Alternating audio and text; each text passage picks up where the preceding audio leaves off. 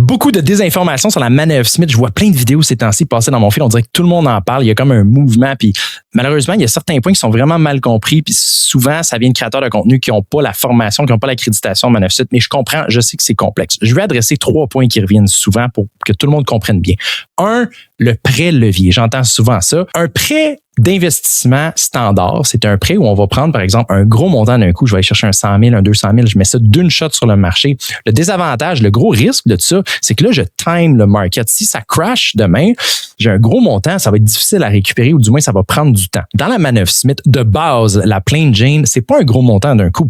C'est un petit montant qui va s'investir tranquillement à chaque mois et donc qui va bénéficier du dollar cost averaging. Je vais acheter tant à la hausse qu'à la baisse tranquillement pendant 15, 20, 25, 30 ans. Je mets les chances encore plus de mon côté. Si je veux prendre un gros montant puis d'investir d'un coup, je peux le faire. Là, ça devient un prêt levier standard.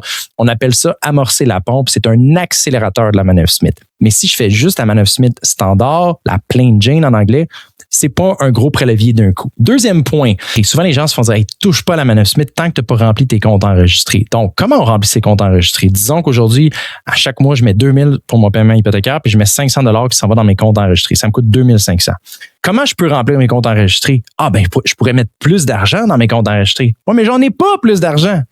Je mange, après ça, il me reste 2500, 2000 pour payer mon hypothèque, puis 500 pour envoyer dans mes comptes enregistrés.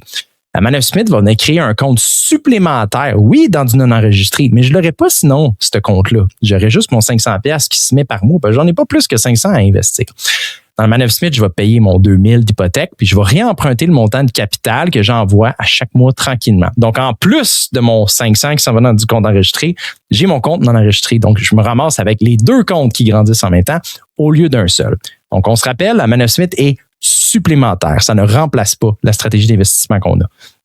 Dernier point, la déduction. Oh, que là, c'est des débats enflammés.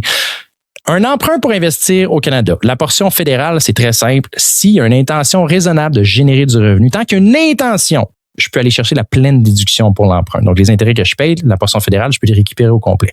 Pour la portion provinciale, là, il ne faut pas juste qu'il y ait une intention, il faut qu'il y ait du revenu réel qui est généré. Puis, je ne parle pas de gain en capital, là, je parle par exemple de revenus de dividendes, de revenus fixes. Donc, le choix d'investissement, là, le choix de placement, de portefeuille que vous allez faire avec votre conseiller va impacter le revenu que vous obtenez et la déduction. Si vous préférez choisir un portefeuille qui a peut-être moins de dividendes, mais qui va peut-être générer plus de gains en capital, ça c'est ma préférence, mettons que vous n'obtenez pas la déduction au complet au provincial. C'est pas grave, parce que la différence, elle est reportée. Vous allez vous en servir plus tard. Et la déduction, c'est un bonus dans cette stratégie-là. L'avantage principal, c'est de se bâtir un portefeuille sans avoir à injecter d'argent supplémentaire.